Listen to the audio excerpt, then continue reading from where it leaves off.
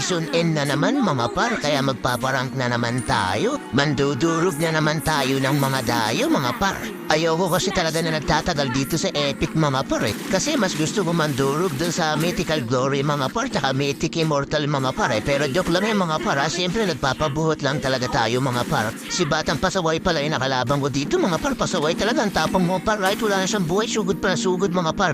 Alam mo, wala akong ray gun mga par, na ray gun ko siya mga par. Tapos nagkakagulo sila dito sa may turtle bomb mga par, tulungan natin yung mga tropa natin mga par. Ang tatapang kasi ng mga dayong to mga par, palag sila ng mga palagyan, tuloy napatay namin yung puno nila mga par, patay yung puno sa akin mga par. Tapos nakuha pa namin yung turtle bomb mga par. Fast forward na nga tayo mga par, nagdagang na nga tong malalakas kong kakampi mga par. Tinong niya naman yung Cupra mga par, pinapasok na yung jungler nila mga par, o pitas sa amin yung jungle namin. Tapos nag-ray-gun pa ako, patay na pala mga par, sayang naman yung ray gun ko dun mga par. Kaya nagkaroon na nga kami dito ng libreng turtle bomb mga par. Tapos sumugod pa tong si Popolenko pa, may kasamang Askel mga par. Tapos yung puno nandito rin mga par, na double kill ko sila mga par. Dalawa ba naman yan? Baka gusto nyo palang dumayo mga par, samahan nyo ko dito, magpalaydin muna tayo bago tayo magpa-meeting mga par. Kasi baka matagal-tagal pa tayo makapagpa-meeting mga par, kaya dito muna tayo sa Alaydin mga par. Grabe naman ang tiis tong unggoy na to mga par, lagi akong ginagawan sa last kill mga par. Pero di bali na, importante, mahalaga mga par. Tapos nandito pa yung puno mga par, mapatay na naman namin dito yung puno mga par. Importante, manalo tayo dito mga par, tulong-tulong sama-sama, lahat magkaisa tayo dito mga par.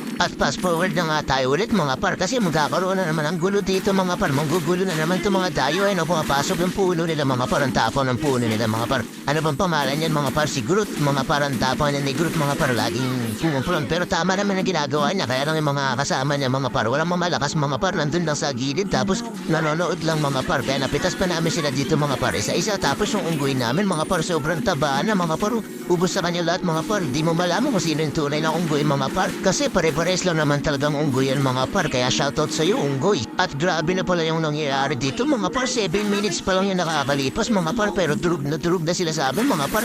Gusto kong laban mga par, pass game eh. Tapos recallin muna natin sila mga par. Nakikita niyo recall ko mga par, napakaangas di ba? Onyx yan mga par, 200 diamond nga yung nagastos ko din mga par para makuha ko. Kaya lang puro tayal naman yung nakuha ko mga par, mahal pala yan mga par, sayang lang yung diamond ko dun mga par. Kaya tapusin na natin to mga par, kasi nababad trip na ako kay Monton mga par, sinayang niya lang yung 200 diamond ko. Tapos di ko naman nakuha yung recall mga par, puro trial lang yung binigay sa akin. Napakadamot mo naman Monton, recall lang talagang 200, hindi mo pa binigay mga par. Kaya ano pang hinihintay natin mga par, tapusin na natin to mga par, tapusin na natin mga par. Huwag na natin patagalin to mga par, tower lock na tayo mga par, tower lock na unggoy. Tapusin na natin to, baka mabaliktad pa mga par. Kaya sa muli natin pagkikita mga par, paalam! Victory!